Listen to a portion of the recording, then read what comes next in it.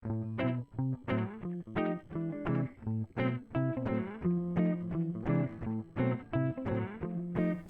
this is Jonny Bowden, and today I have a message for the women in the audience. If you've ever been pregnant, or you're thinking about getting pregnant, or you're a man that knows a woman who is maybe going to get pregnant, you've probably heard about or wondered about something called gestational diabetes. And I'd like to just give you a fast rundown of what that is. And in order to understand what gestational diabetes is, actually to understand what any kind of diabetes is, you have to understand a little bit about the hormone insulin. And I'll make it really quick and short. Insulin is the hormone that's responsible for getting sugar out of the bloodstream and into the cells where it can be used for energy. And sometimes this system kind of breaks down. Like, for example, if people eat lots of carbohydrates, they may overwhelm the body's ability to process that, and insulin just can't keep up with the load. And after a while, the cells say, hey, we don't need any more sugar, we don't want any more, and they become resistant to the message of insulin, and they don't allow insulin and sugar to come in. That leaves you with high blood sugar and high insulin. That's fast-track diabetes, no matter what, okay? Now, why would this happen in pregnancy? That's very interesting.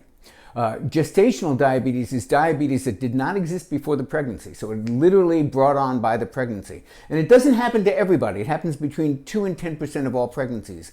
But in gestational diabetes, the insulin resistance actually is a form of an adaptation.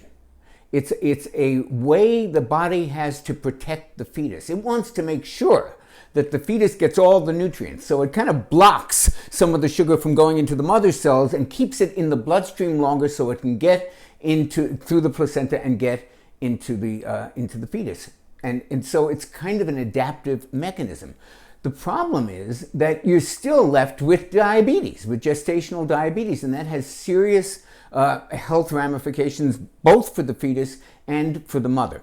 And people who are overweight when they become pregnant have a slightly higher risk of this gestational diabetes. The point is that you have to treat it seriously, even if it is only temporary and only caused by the pregnancy. You want to make sure it doesn't stay with you after the pregnancy, and you want to follow all the usual dietary recommendations and lifestyle recommendations to deal with this condition. But for the 2 to 10% of people that have it happen during pregnancy, you have to deal with it. That's gestational diabetes. They don't really know all of the causes and reasons, but it definitely has to do with insulin resistance. And if you're not pregnant and you're not thinking about getting pregnant and you're not even a woman, you should still know about insulin resistance, because it is at the core not only of metabolic syndrome and of diabetes proper, but it is probably going to turn out to be at the core of all cardiometabolic diseases, including heart disease. They're even calling Alzheimer's type 3 diabetes now because of the connection to insulin resistance. So it's the cause of gestational diabetes, it's the cause of real diabetes, and it's something you should always be aware of.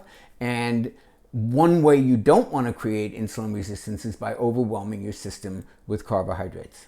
This is Jonny Bowden, and if you liked this, please hit the like button, please subscribe, and I can bring you my opinions on all sorts of things anytime you want to see them.